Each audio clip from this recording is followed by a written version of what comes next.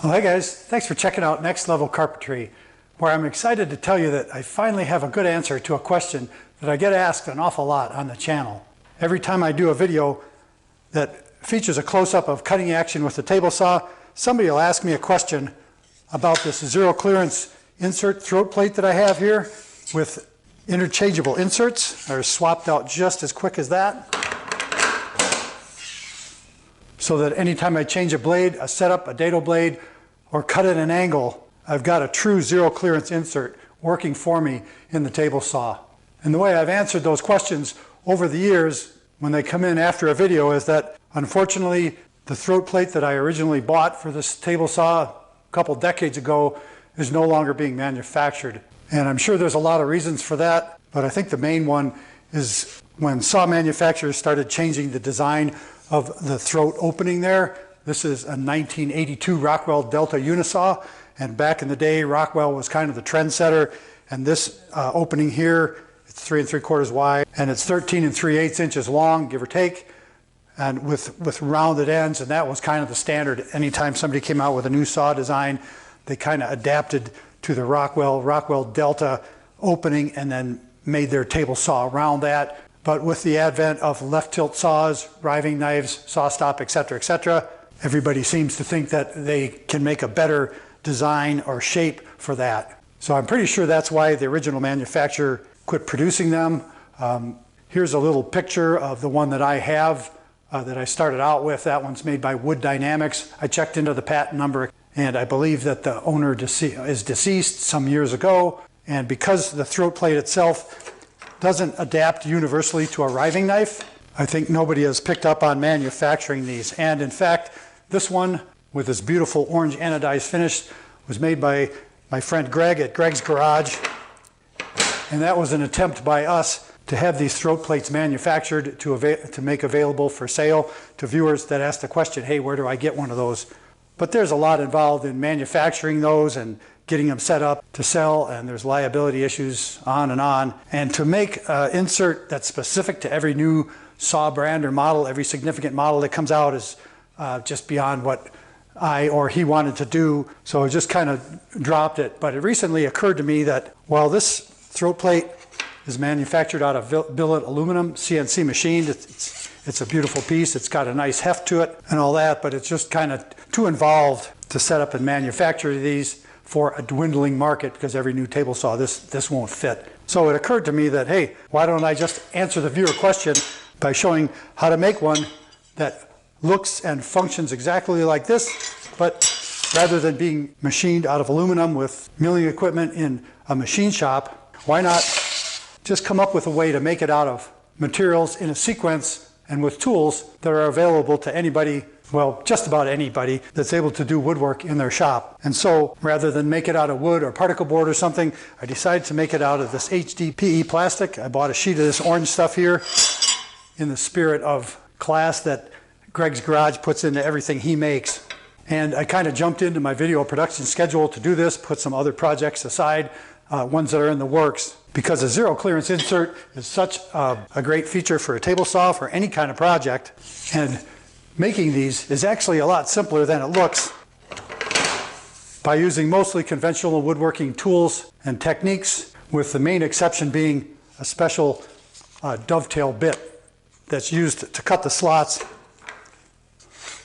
into the plate. But that's probably the most prohibitive part of this, and it's not really that big of a deal when considering what a new billet aluminum insert plate might cost, and then comparing that to the time involved in making individual throat plates that don't have the interchangeable insert feature. And I think that's just about enough background to either interest you or bore you.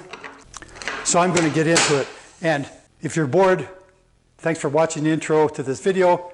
If you're interested and curious, stick around, and I'll start the process using a sheet of 1/4 inch MDF panel that's coated with white melamine to make a custom template that gets used for making that amazing zero clearance table saw insert. The blade throat opening on my 1982 Rockwell Delta Unisaw measures just a touch over 3 3/4 inches wide. And because I want a snug fit, I start out with a setting of 3 13/16 of an inch and check the fit in the slot, shaving off a little bit until I get a free but snug fit. in the width of this template piece. Ripping this piece in multiple steps like this assures me that I'll get the fit I want more accurately than using measurements alone. Assuming that the original throat plate is a good fit, I can just trace the rounded ends onto the melamine strip to make a pattern for making the new throat plate. And if I'm not happy with the fit, I'll make adjustments here so that the template is the exact shape for the new throat plate.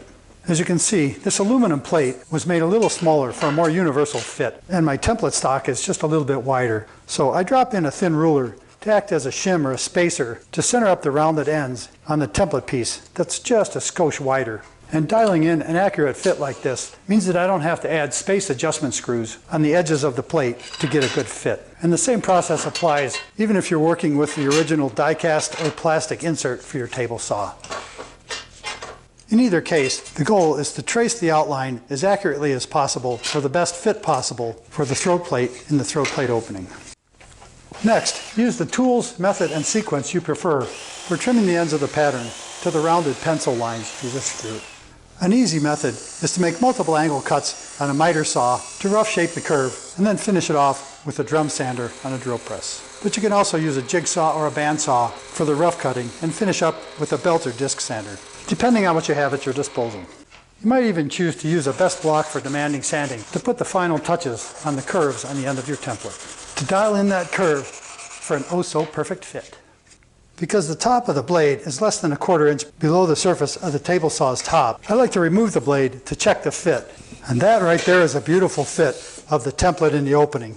There's no play or slop anywhere, but it's easily removed and inserted. So I'm going to go with that for my template. With the template complete, I can cut out blanks for making these inserts and use the template for measurements rather than a ruler to make sure that the throat plate fits as well as the template. You can see here I did a proof of concept for this insert plate, and I just used some scrap 1/2 inch HDPE plastic for it, and that all worked great. This stuff is really fun to machine and cut. It seems like it would be more of a fight, but it doesn't. It cuts really nice. And the scrap I had was a decent size. I could just make a strip out of that, and it worked fine. But because I wanted to change the color from white to orange, I needed to buy a sheet that's 12 by 24. This was the smallest sheet I could get on Amazon. There'll be a link to it in the video. And I needed to do that because this is 13 3/8 long, and I couldn't just get a 12 by 12 sheet. So I'm going to trim this down to use for these blanks. And I'm going to cut this at 14.5 inches, even though this is only 13 3/8, because a little extra length on the ends is helpful during the manufacturing or fabrication process of these. So my first cut is just to trim this off to 14.5, which is an approximate length. If you have a crosscut sled or some such, this is a good time to use it. But I make the cut carefully, using Smurf gloves for grip and a miter guide to push the workpiece past the blade. And I'm not sure what I'm going to use this offcut for, but this is some stuff that's handy to have around. So rest assured, I'm going to store that someplace for future use. But for the workpiece itself, this is extra long. And because I don't know what I'd use the rest of this piece for if I didn't use it for this, so I'm just going to make 3 inserts during the video just because I can.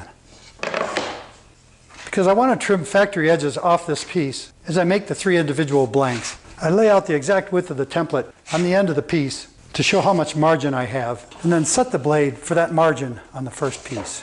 Once I'm comfortable with the setup and certain that I'm not cutting myself short, I cut the first blank off the edge of the piece so that I have a nice clean cut for the edges of 2 of the blanks. Once I make that initial cut, I flip the piece around so the freshly cut edge will be up against the fence, and then I use the template itself to reset the rip fence to the exact width of these 3 blanks. And once I'm happy with the width setting, I trim the first blank and make 2 more cuts so that all 3 blanks are trimmed to the same exact width that matches the template perfectly. And with material that's expensive like this, it's nice that there's so little waste at the end. Oh yeah, I almost forgot. While I'm at this stage, I also rip a couple of 1/2 inch thick HDF blanks to the exact same width. And one of these blanks gets made into a template in its own right for trimming replacement inserts. And I cut them now so that they're ready for machining as I go through the rest of the fabrication steps. Once the blanks are cut to their exact final width, it's time to make the dovetailed slot that the inserts slide in and out of. So I'll start that process with an accurate layout for the top face of that slot, which is 1.5 inches wide. I secure a piece in the vise for making these marks and actually make them on one of the MDF strips because the marks show up better than they do on this HDPE plastic surface. And I start by drawing a line exactly 3/4 of an inch from one edge of the MDF piece to mark the right side of the dovetail slot. Then I reset the double square and put another mark exactly 1.5 inches away to mark the other side of the dovetail slot. And note that it's at exactly 1.5 inches from the outside of this pencil mark to the outside of that pencil mark. And depending on the total width of your throat template, that should leave about 1.5 inches remaining on the other side of the insert. And that will vary from saw to saw. But the important thing for convenience is that the top of this dovetailed slot is exactly 1.5 inches. Next, I use a protractor square to draw 60-degree lines that represent the dovetailed sides of this slot, carefully extending them across the ends of the template, starting at the lines on the top of the template and down across the ends. And these lines mainly serve as a reference guide for future steps. I finished layout of the dovetail slot by flipping this MDF blank face down on the table saw top and using a piece of the 1/4 inch MDF material I'll use for inserts later to draw a line across the ends that represents the depth of the slot. And now you can see how these layout lines correspond to the dovetail slot on the actual throat plate insert and work for reference while machining this slot. It's also important to note that because the throat template is asymmetric with a narrow side here and a wide side here, so I want to make sure to orient all these pieces the same direction. So I've written back on here like this to keep things organized while machining the slot.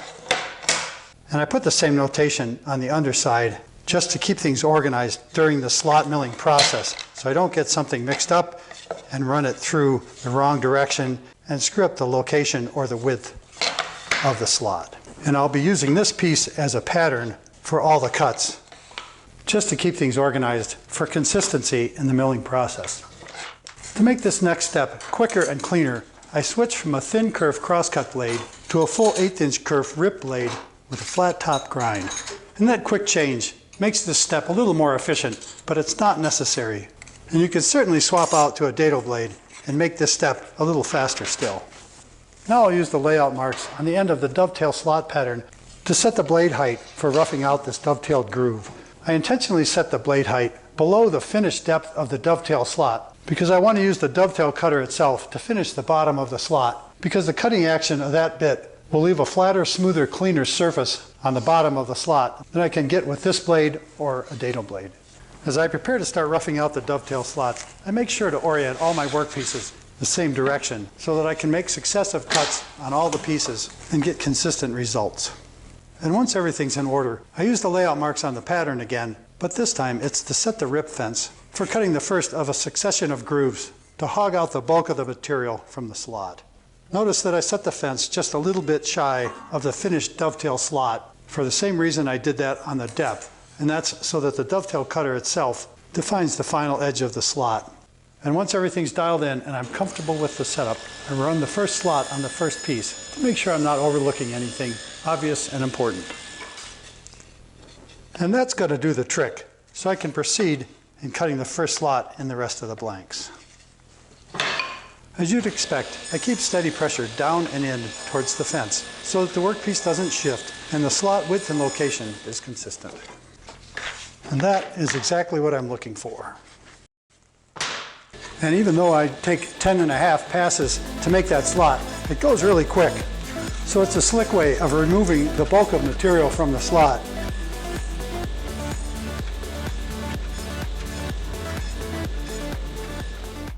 And you can see here, I adjusted a little more than 1/8 inch a couple times, and I have a couple little fins in the slots on the plastic pieces. But a couple quick passes with a sharpened putty knife makes quick work of removing those fins and the little plastic burrs on the ends of the piece. Ultimately, I want the expendable inserts to be easy to replicate in mass quantities, so I want them a consistent size at exactly 1.5 inches on the top face. So I'm going to make some of those inserts now, and then we'll dial in the dovetailed slot to fit the inserts rather than the other way around. And this is simple to do, but in a chicken and egg scenario, I'm not going to use this zero clearance insert to make these. I'm just going to use the stock one that came with the table saw because that's where most viewers are going to be at this stage of the game. So I set the blade to 30 degrees on the table saw's bevel scale to produce the 60-degree included angle needed for the sides. And I used that setup to bevel one edge of a number of pieces of scrap 1/4-inch melamine for these disposable inserts. Next, I used the rule on a Stera double square to draw a mark at exactly 1.5 inches for the width of the top of this disposable insert. And then I used that mark to adjust the fence for ripping these disposable inserts. And take note that this whole setup is upside down and backwards if you're using a left tilt saw instead of a right tilt like my old unisaw. But once the setup is made, I merely make a rip and then flip the piece top for bottom and make successive rips to make a batch of inserts of precisely the same width. And in this manner, it's just as easy to produce a dozen of these disposable inserts as it is to produce the first one. And each one is identical to the next. And by using this process in sequence for creating the disposable part of this, it's easy to make a new batch anytime you run out, and it's easy to get a good fit into an existing insert by working with an exact top dimension, and in this case I used 1.5 inches. So they fit nice and smooth into the throat plate. And for anyone familiar with working with this melamine faced MDF, even square edges are razor sharp. So these 60-degree bevels, they're as sharp as a Ginsu knife. I probably should go get a tomato and show how well that cuts. But for a cleaner, smoother fit and to prevent lacerations, I like to dull those Ginsu edges so I don't have a mishap in the future. I like to use the joiner to remove that Ginsu sharp edge by taking a light pass on each edge of the inserts. But if you don't have a joiner at your disposal, you can dull the edge quickly with the best block for demanding sanding by taking a couple light swipes on each edge and achieve basically the same result. With the stack of disposable inserts made, now it's time to dial in the dovetail slot in the throat plate so that these fit smooth and snug, so that interchanging them is quick and easy. And to do that, I'm going to use a dedicated 60-degree dovetail bit. And because I am a certified YouTube diva, I bought a $45 model of this with interchangeable cutters on it, which I'll link in the video description below. But I'll also link to a $20 model that I'm sure will do the job just fine. And besides price, the main consideration for purchasing a dedicated 60-degree dovetail bit is the shank size. And you just need to make sure that whatever size shank is on the bit you get, that you've got a collet for it in your router. In this case, this is a 1/2 inch shank, as is the $20 model, but I noticed there were some other options and everything was right about the bit and the price was good, but the shank was 3/8 of an inch. And I don't happen to have a 3/8 inch collet for this router. But these pictures show the two options that I'm talking about here. And depending on your budget and your diva status, those are two good options to choose from. Looking at the design and quality of this bit, I'm actually surprised it's not more than $45 because each of the solid carbide inserts has 3 cutting edges and the tips can actually be replaced or switched using the wrench that comes supplied with the bit. So I know this bit is capable of a lot more than I'm going to put it through, but I'll just get it chucked up here to set it for making this slot.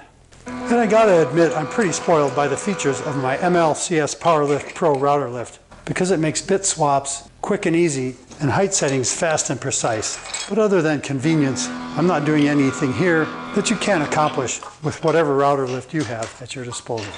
And this is where the app and capabilities of the MLCS PowerLift Pro really shine, because I can use various preset movements to raise and lower the bit in increments large and small, to dial in the cutting depth of the dovetail bit with precision as fine as 1/1000th of an inch. With the 60-degree dovetail bit securely tightened in the router's collet, I use one of the inserts to set the cut depth of the bit to precisely the thickness of the insert. So I can quickly set the cut depth with precision and accuracy. With the cut depth set precisely, I can use the fence on my table saw/router table to make the first pass through the slot using the template and getting the router bit roughly centered up between the 2 edges that I've laid out on the end of this pattern. And here again, I'm orienting the pieces with the bottom face up and the back end forward on all the pieces, so the cut ends up where it's supposed to.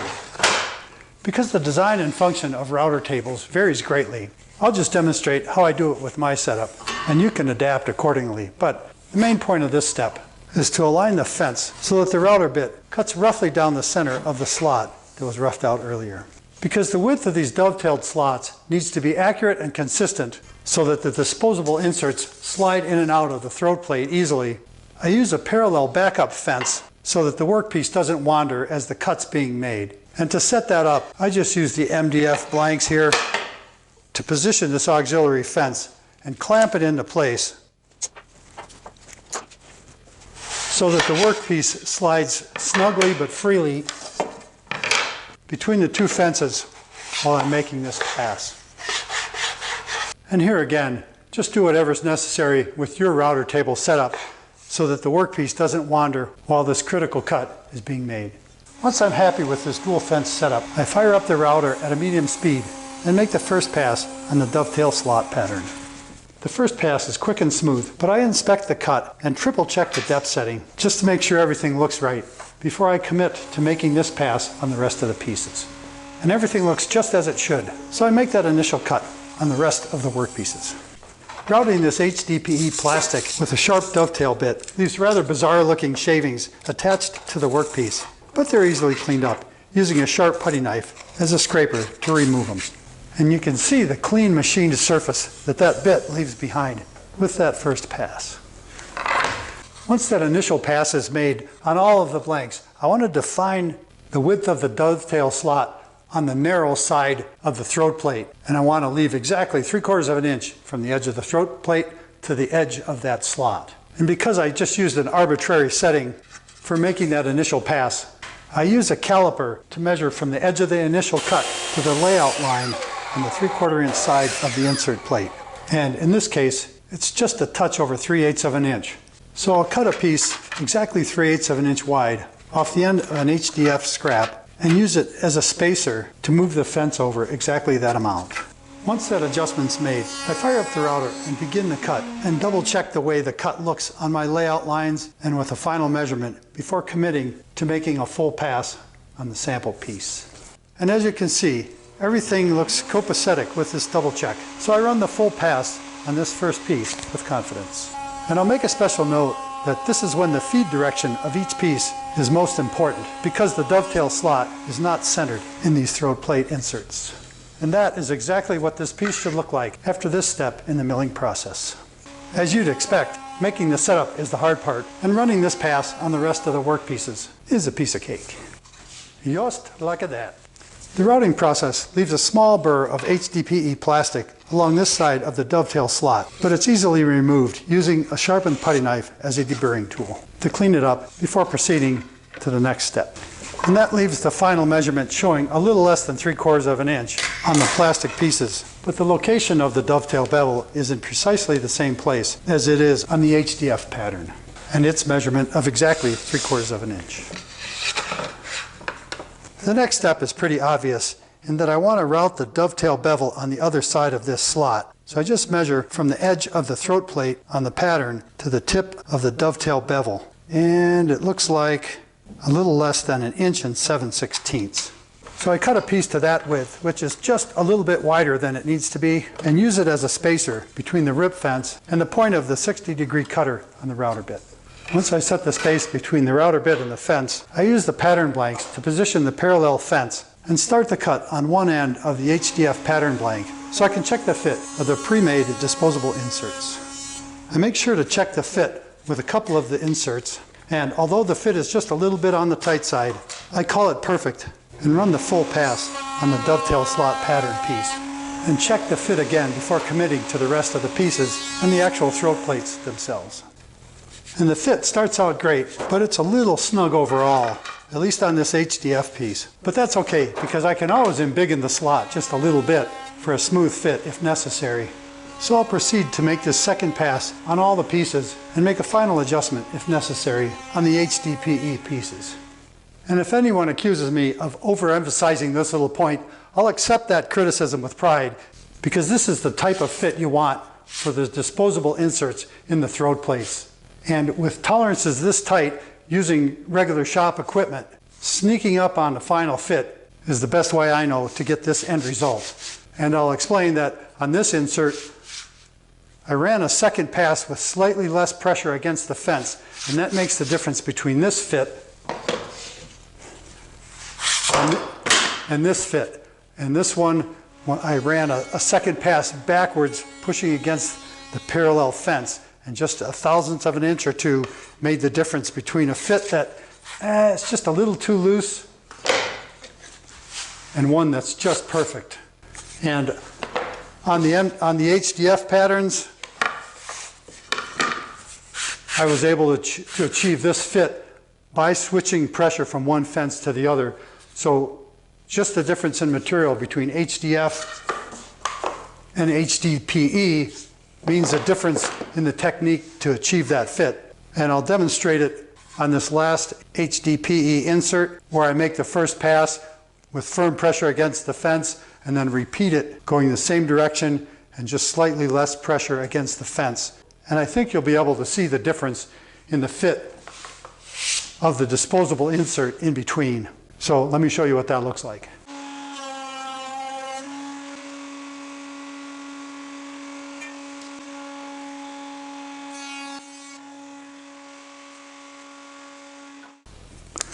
And you can see that multiple passes make just the slightest bit of difference. When I'm here listening to the router, I can barely tell it's even taken a shaving. But for some reason, on one end of one of these pieces, the insert got kind of tight towards one end. Still just the slightest bit snug, but I'm happy with that.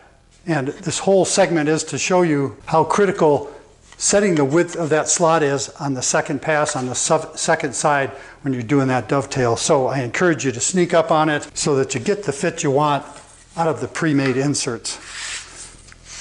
And while it's important and I'm shooting for a specific target, the fix for any of this is just adjusting the size of those inserts when you make them in the future. So it's not a deal breaker if this slot came out a 1/16 of an inch wide or a 32nd of an inch narrow. If you're okay adjusting the width of these inserts down from the ideal 1.5 inches that I'm making for this video. But that wraps up what I see as the most critical, most dicey setup and step in the whole build. So let's carry on with the next step, which is equally important, but a little less critical for exact size and layout. I'll point out one more factor that's involved with the fit of the disposable inserts into the throat plates, and that is the depth of this slot. Because the slot gets made in 3 passes in this scenario, if you've made any variation in the down pressure going over the router bit, the slot can be shallower, and if the slot's shallower, the fit will be tighter. There seems to be a tight spot in each of these pieces. And you can just inspect the bottom of the slot. If there's any variation between those passes, just use the sharpened putty knife to scrape the bottom of the slot and shave off any inconsistencies between those passes so there's no ridges left from the edges of the bit on those different passes. And even a slight adjustment like that can make a noticeable difference in the fit of the disposable inserts as they slide through the dovetail slot. The next step in the fabrication process is to create the large blade clearance opening that goes all the way through the throat plate. And partially because it's asymmetric as well, you can see here that it's farther from the back than it is from the front. It's easier to do the layout on the underside of the workpiece to avoid contending with the dovetail slot. And I'll begin the process by drawing lines on the underside that represent the width of the dovetail slot opening on the top side of the insert, in hopes of increasing the odds of getting that opening in the right place on each of these zero clearance throat plate inserts the first time. I'll do this layout directly on the back of a throat plate insert because the HDF patterns don't need the blade clearance hole cut into them. So I start using the double square and a sharp Sharpie marker to draw 2 lines. The first one is 3/4 of an inch in from the edge, and the second one is 1.5 inches away from the first line, or 2¼ inches in from the same edge. And those represent the opening of the dovetail slot on the top face of the insert. The blade clearance opening is 1¼ inch wide, and it gets centered up in between these 2 lines. So I'll draw 2 more lines, 1/8 inch in from each of those first ones. with the first line at 7/8 of an inch and the second one 1 1/4 away at 1 5/8 from the edge. And those lay out the 1 1/4 width of the blade opening slot. These lines show very closely where the blade clearance opening is going to be located side to side on the back of the insert. So now I can trace the outline of the throat plate itself on the back of this blank as well. And this is where the extra length comes in. The blank is longer than the throat plate itself, so I'm going to slide it forward to leave extra material on the back end of the throat plate, and that'll make sense a little later. Now I use a random block of wood to help line up the template on the bottom of this throat plate blank, and use a sharp Sharpie marker to trace the rounded ends from the template onto the workpiece. As a reminder, the blade clearance opening isn't centered up from end to end on the throat plate insert with more space at the back than the front. So I'll lay out a line to show where this opening starts, and the distance from the end of the throat plate to the opening is 2 3/8 inches. So I use a thin rule and a square to lay out that mark from the tangent point on the curved end of the throat plate insert. And then use the rule and square again to lay out the other end of the blade clearance opening at 10 inches long. So just to review, the side of the blade clearance opening is 7/8 of an inch away from the edge of the throat plate insert, and the opening itself is 1 1/4 wide, which leaves about 1 5/8 from the opening to the other edge of the throat plate. And that review is important because, no surprise, I'm going to create a template specifically for cutting this blade clearance opening, and I'll use those dimensions for that template. To make the template, I start by making 2 rips, one at exactly 7/8 of an inch and the other at exactly 1 1/4 inches. Next, I place those 2 strips by the fence along with the cutoff piece of MDF and use the throat plate blank to draw a line for the total width of the workpiece on the MDF, and then cut a 3rd strip to that exact width, so that the combined width of those 3 strips is exactly the same as the width of the throat plate itself. Then I take the 1 1/4 piece and put a mark at 10 inches to represent the length of the blade clearance opening, and cut that mark at the miter saw. And I cut the offcut approximately in half at the same time. With those pieces parts cut, it's time to break out my favorite Starbond CA glue and make a template. I start by spritzing the ends of the 7/8 inch piece with the aerosol accelerator. Then I add medium CA glue to one of the 1 1/4 offcut strips and line it up with one end of the 7/8 inch strip. And after pressing it in place for about 5 seconds, it's there for good. Next, I stand the 10-inch long strip upright next to the end that I just glued on, add medium CA glue to the other offcut piece, and stick it to the 7/8 inch strip along the fence. That leaves the 2 blocks glued in place precisely 10 inches apart along the strip on one side. And now, second verse same as the first, I spritz accelerator on the edge of the 1 5/8 inch piece, apply a little medium CA to the 2 offcut blocks, align one end, and stick this side of the template to the other side forever and always. And presto, I have a template with a perfect rectangular opening, 1 1/4 inches wide and 10 inches long. And with that, I think you'll understand why Starbond CA glue is my favorite, and I'm not ashamed to put a link to Starbond for their full line of excellent products in the video's description, where Next Level Carpentry viewers get 15% off on any order. And this shows how the template opening lines up with the opening laid out on the back of the throat plate. And when I flip the throat plate over, you can see that the opening will be perfectly centered between the sides of the dovetail slot. And if you're tracking closely with the video, you're probably wondering why I don't just use this template to round off the ends of that template so that I can make this blade clearance opening and shape the rounded ends of the throat plate at the same time. And that's an insightful question that I've asked myself, but there's one small, important, but significant reason that I don't do that, and it'll become clear before the end of the video. But for now, let's punch some holes in this plastic to make an opening.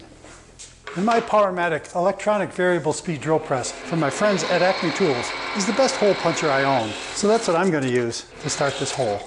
With a sharp bit and plenty of variable speed power, it doesn't take long to drill a series of holes through the throat plate insert to remove the bulk of the material to save work for the router bit in the flush trimming step, even though I've got to pause between each hole to pull the orange ribbon of plastic off the drill bit shank so I can see clearly where to drill successive holes.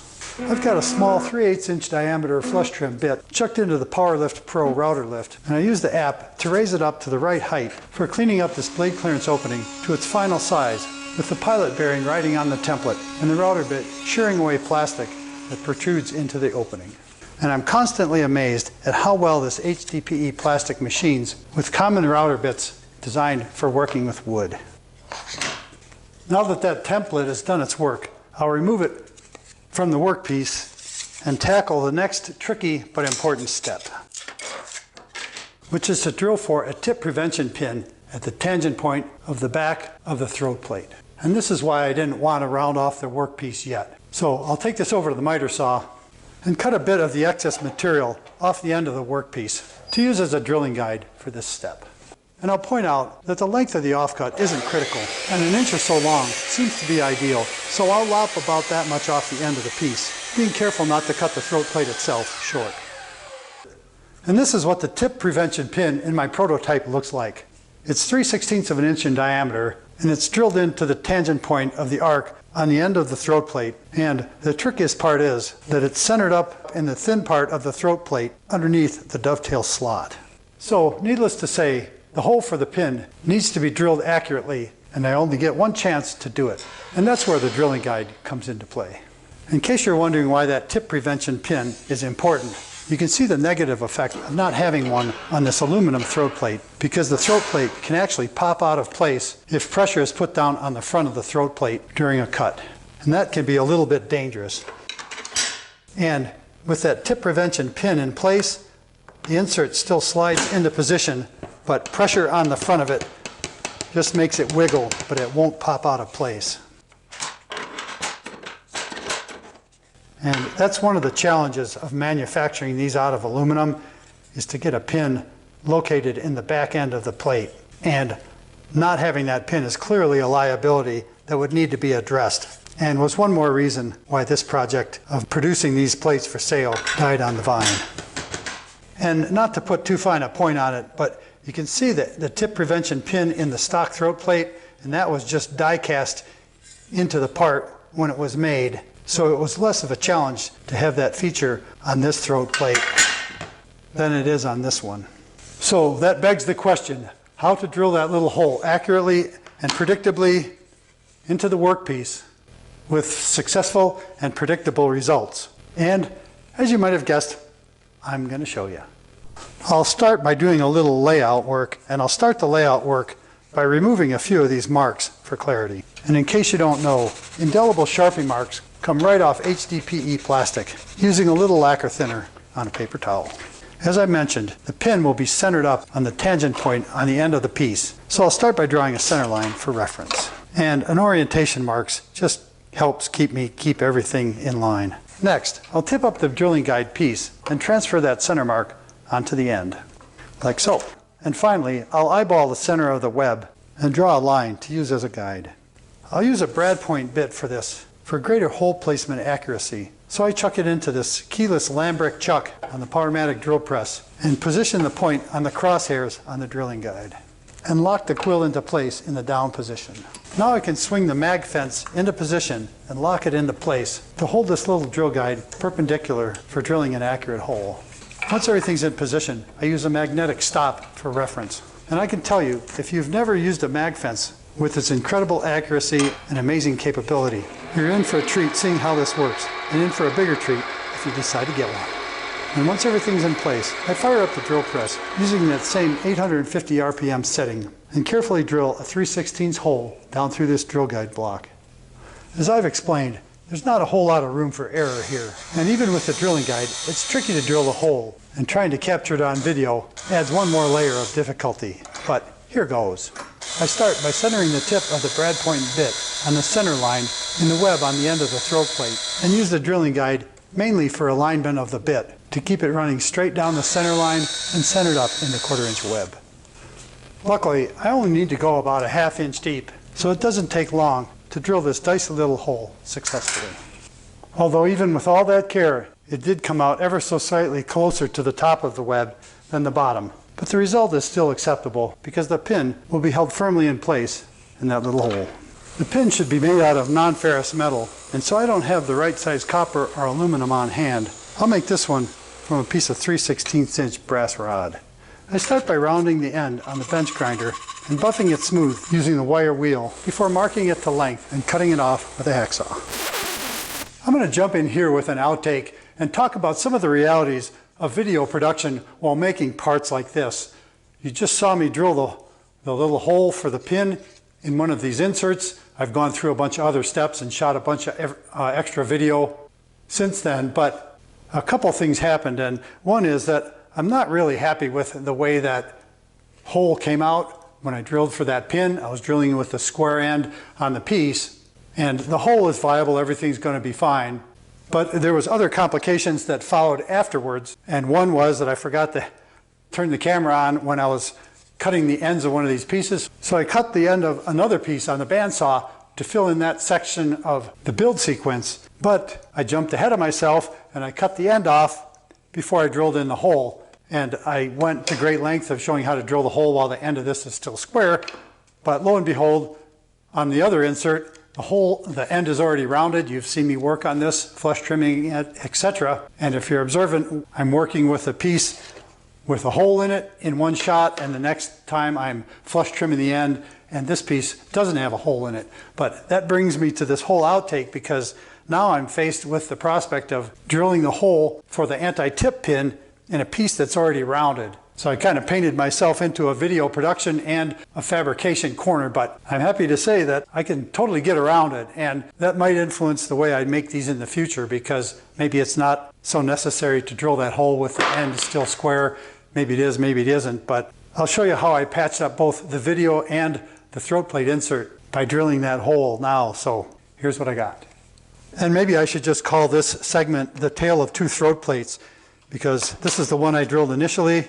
The hole got misaligned a little bit, so I had to move over to this one and go through the gears, and you can see that this one already has the set screws screwed into it, which I'll do later in the video in a kind of back to the future scenario. But everything is the same on these two, just need to drill the hole in the end.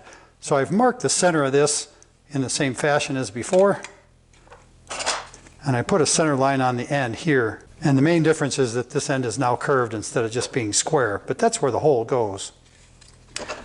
So I'm just going to clamp this piece in the vise as before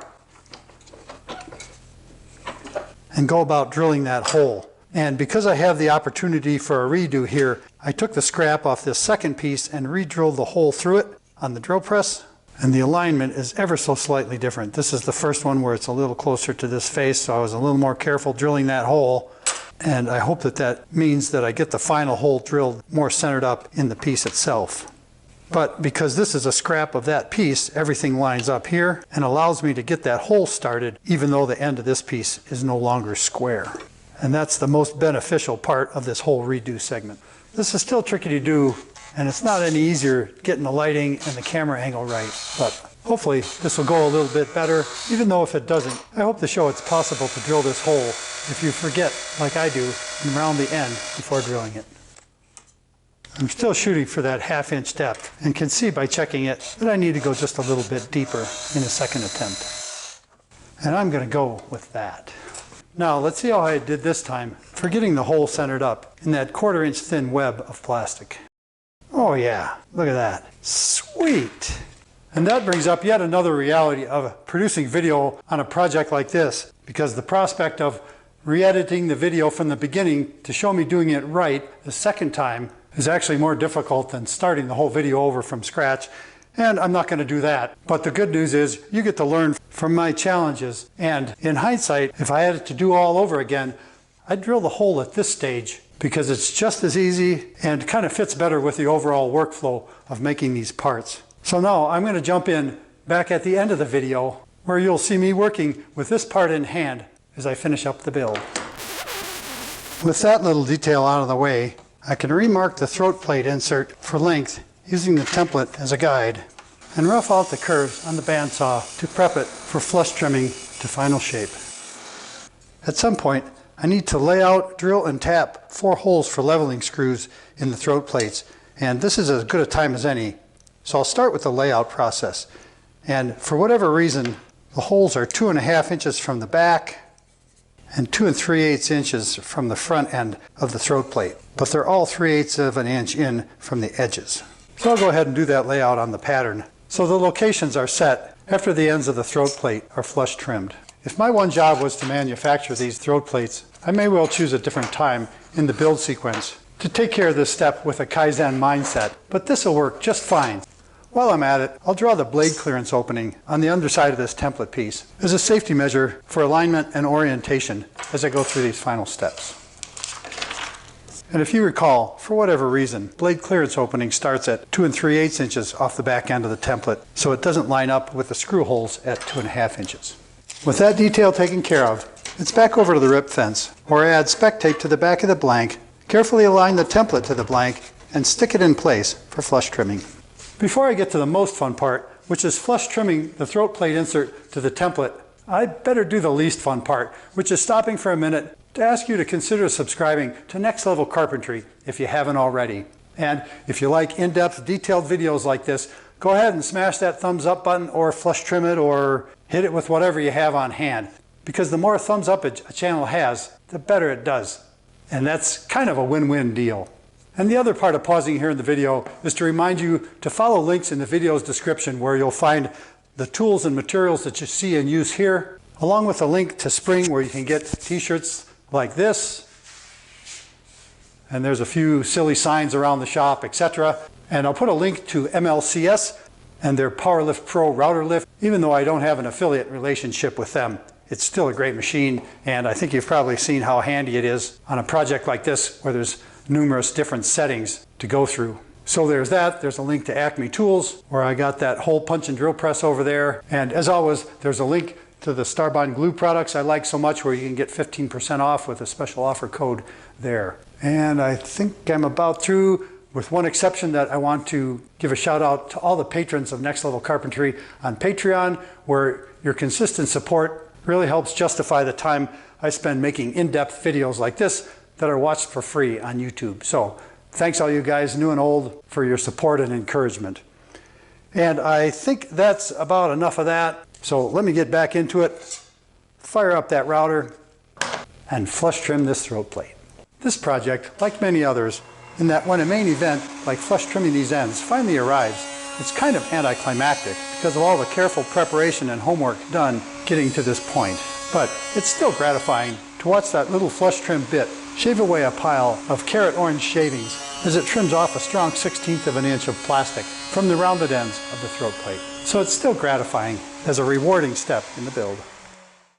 I'll be using 1/4 28 set screws, 3/8 of an inch long, for the 4 leveling screws on the bottom of the throat plate. And the recommended drill size is a number 3 bit, but because I'm going through plastic and I want these screws to be a little tight, I'm just going to choose a number 4 bit that's slightly smaller in diameter for drilling these holes before I run a tap through them. Because I don't have brad point bits in numbered bit sizes, I use a sharp center punch and a hammer at each of the leveler screw locations to make it easier for centering the bit when I drill these holes. This extra step takes just a few seconds, but it makes aligning a standard twist drill bit noticeably easier and more accurate. I carefully set the mag fence at 3/8 of an inch away from the center of the bit, lock it in place, and then slide the throat plate along the fence to line up and drill the hole. And I'm still using that 850 RPM setting, which seems to work pretty nicely on this HDPE plastic. The laser alignment feature on this drill press is nice, but when drilling holes like this with a high degree of accuracy, I use it more like a backup than an actual locator. And a little pro tip here is that using a stiff brush helps remove drillings from the flutes of the drill bit in between drilling holes, so I can clearly see where the center of the bit is located. And I'm quite pleased how this method and sequence worked for locating the leveling screw holes. So with those 2 important steps complete, I can just pop the template off the back of the throat plate and chuck it in the vise, where I use a 1/4 28 tap and a drill to thread the holes and an 8-inch hex tip to drive set screws into each of the 4 holes. Oh yeah, and I forgot to add that after tapping the holes, I use a countersink bit to put a slight chamfer in the tops and bottom of those holes for a cleaner fit and finish. And it proves to be effective that using a slightly smaller bit diameter before tapping the holes secures these leveling screws in place so they're not likely to vibrate out of adjustment during use. With the set screws complete, we're on the home stretch. So I use lacquer thinner on a paper towel to wipe away remaining layout marks and then deburr all the edges using a freshly sharpened putty knife for a professional fit and finish on this zero clearance throat plate. And I'm feeling pretty good with the look of this throat plate at this stage. So I finish up by inserting the brass anti-tip pin into its hole in the rear of the throat plate and tapping it into place. Just like that. And now for a moment of truth that most of us have been waiting for. And I say most of us because some of us have certainly gotten bored by now, and a few of us actually hated the video, left a nasty comment, and surfed away long before now. But for most of us, let's see if this actually fits. Drum roll, please. Oh yeah, check that out. That fits just like I want it to. It's just a little bit low in relation to the tabletop, but there's only very, very minimal wiggle in there, and I certainly wouldn't call it slop. So I can flush this up by using an 1/8 inch hex bit and turning those little set screws until the throat plate is nice and flush with the table saw's top. And I'm happy with the bit of resistance I feel on those screws as I flush up the throat plate, because that resistance makes it easy to level the throat plate with the table saw top and hold everything flush just like it's supposed to. And with everything flushed up, you can see that there's still just an ever so slight bit of movement in that throat plate, but the anti-tip pin is working just like it's supposed to, even though the throat plate itself flips in and out with ease by pushing down on the back and lifting up on the front, just like you're supposed to. And with a dialed fit like this, there's no need for an extra hole in here for lifting the throat plate out, because the tipping action performs that function and leaves one less hole in the table saw cabinet for optimizing dust collection. And for the record, all three of these throat plates have a nearly identical fit in the table saw top. Everything works great, and they're completely interchangeable. Even the one where the pin got a little bit high, I reamed out the hole a little bit there and used some medium flexible Starbond CA glue to make sure that pin stays in place, but it's below the surface of the dovetail slot, so the inserts will slide in and out, and it doesn't affect the fit or the operation of that piece at all. So I'm feeling pretty good about all that. But now it's time for one last very important key step, and that is to shape the disposable replaceable inserts that slide in and out of this throat plate. So I'll take a step back to a fabrication and flush trimming process to get that done. And trimming the disposable inserts is super easy to do because we did our homework and made an HDF blank early on in the build. So all I need to do is to use spec tape to stick the shape template to the dovetail slot pattern blank, rough cut the ends on the bandsaw, and use the flush trim router setup to trim the slot pattern so it matches the shape pattern. And you gotta love that spec tape for how easy it makes a project like this. And it makes me think maybe I should have contacted them about sponsoring the video before I got started. All it takes to make a stack of disposable inserts is to take the strips made earlier in the video, mark them to approximate length, and use the miter saw to rough trim them to an angle that's close to the final shape. I use a couple strips of green frog tape to hold the strips together while I gang cut them to rough length at a 15-degree angle. Bada bing, bada boom, just like that. Then it's back to the router lift, where I separate the stack of blanks, slip one into the trimming template, use a piece of green frog tape to hold it in place, and quickly flush trim the ends. And just like that, faster than you could say anti-disestablishmentarianism 20 or 30 times, I come up with a stack of perfectly flush trimmed inserts for the zero clearance insert throat plate. Very nice. And the throat plate slides right into place, just like you've seen it in so many Next Level Carpentry videos, with one little exception, where you can see that the throat plate isn't flush with the table anymore, like it is without the disposable insert. And that's because the height of the blade, even when it's all the way down, is less than 1/4 inch below the top of the table saw surface. So you need to make a little relief cut in the underside of these inserts so that that'll drop down flush when there's a 10-inch blade installed. And making that relief cut is easy enough to do, although it can be a little bit intimidating the first time. I'm using a piece of frog tape on to keep that insert in place because I don't want it to shoot out of here like an arrow. But all I need to do is hold the insert like this, turn the saw on, and simply lower the throat plate into position over the spinning blade.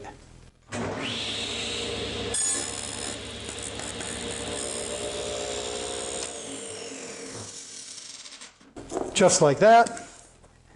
And now you can see how little clearance is actually required for that blade, because there's just a little nick. It's about 1/8 of an inch deep, but that's what it takes to keep the teeth of the blade from interfering with the insert on the initial use.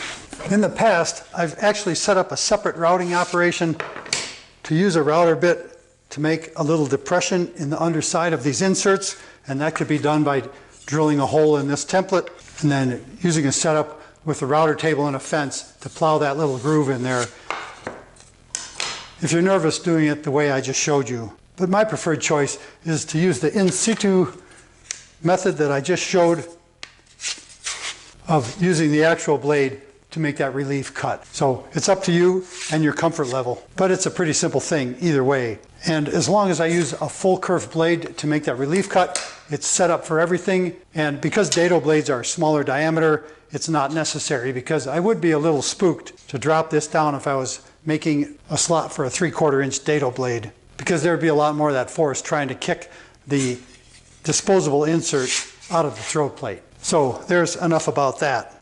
But that completes the video as I intended it for this zero clearance throat plate with the disposable inserts. But I'll wrap up with a couple of remarks that have to do with using a table saw in general. And the biggest thing, the elephant in the room, is that I don't use a riving knife on this saw. When it was new, it came with kind of a splitter thing that was pretty lame. It wasn't really a riving knife, so I've become used to using it without that feature. I have seen other videos showing zero clearance inserts with a little tab attached to the insert that acts like a riving knife. That would be simple enough to do, to add a splitter to this. And on some saws, depending on the size of the riving knife, you could probably slit the back of this template and still leave it closed at the back end to make that happen. But with hopes of sparing myself a lecture about not using a riving knife or a splitter, is that I always prepare stock that's straight and flat before I rip it on the table saw, because twisting and pinching of boards or binding of boards during a cut because the fence isn't set right or whatever, that greatly increases the need for the safety factor of a riving knife. But in the spirit of full confession, the last significant table saw accident I had was caused by the fact that I didn't have a riving knife, but it wasn't because the wood was binding on the blade. It was because I was cutting small pieces and I dropped a piece and it hit on the spinning blade and hit me in the stomach. If there was a riving knife there, it probably would have deflected that piece and prevented a very painful episode. So I'm not trying to discourage anybody from using a riving knife, but on the other hand, I've avoided plenty of accidents on the table saw because I'm using a zero clearance insert, because thin pieces that get caught and stuck down in the throat plate like this, in between the blade and the throat plate, that can cause all manner of unsafe conditions as well. So keep all that in mind as you contemplate putting a comment on this video. But as I wrap up, I do hope that this answers the questions for a lot of viewers when they see these zero clearance throat plates being used in Next Level Carpentry videos and all the fine features that they offer for the relatively small amount of effort and trouble that it takes to make an insert like this and use it on a consistent basis while you're working in the shop. So in closing, I want to thank all the viewers who've posted questions about that zero clearance insert over the years. There's your answer. And to you and everyone else, as always, and until next time, thanks for watching.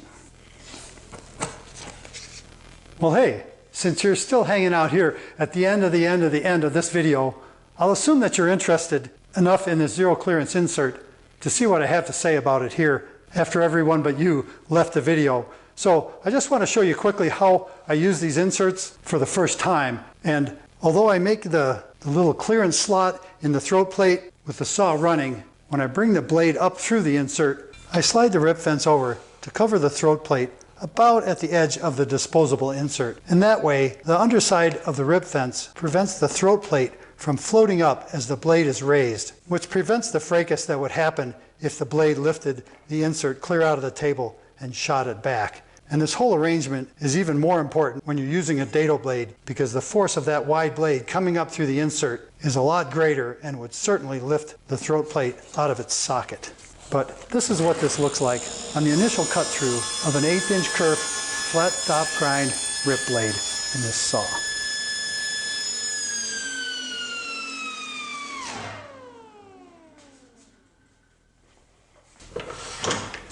And that's all there is to it. The fence holds the throat plate safely in place as the blade plunges up from the bottom and cuts that slot. And if you noticed, I raised the blade up and then I dropped it back down just slightly. And that reduces the whine the blade makes as it finds its home in a fresh disposable insert. But there's the slot, nice and clean and done. And because I saved these inserts in a stack to reuse them with certain blades, I just slip them out and jot a note on the end so I can pick the insert I want out of a stack when I change the blade or the operation that I'm doing.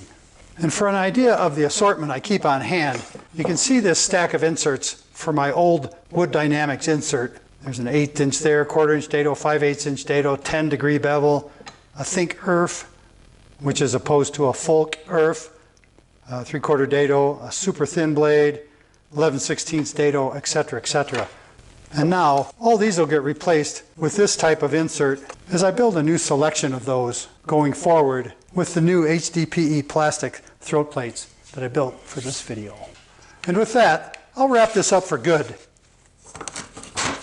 And thank you all again for your interest and determination to stick around to the end of the end of the end of a Next Level Carpentry video.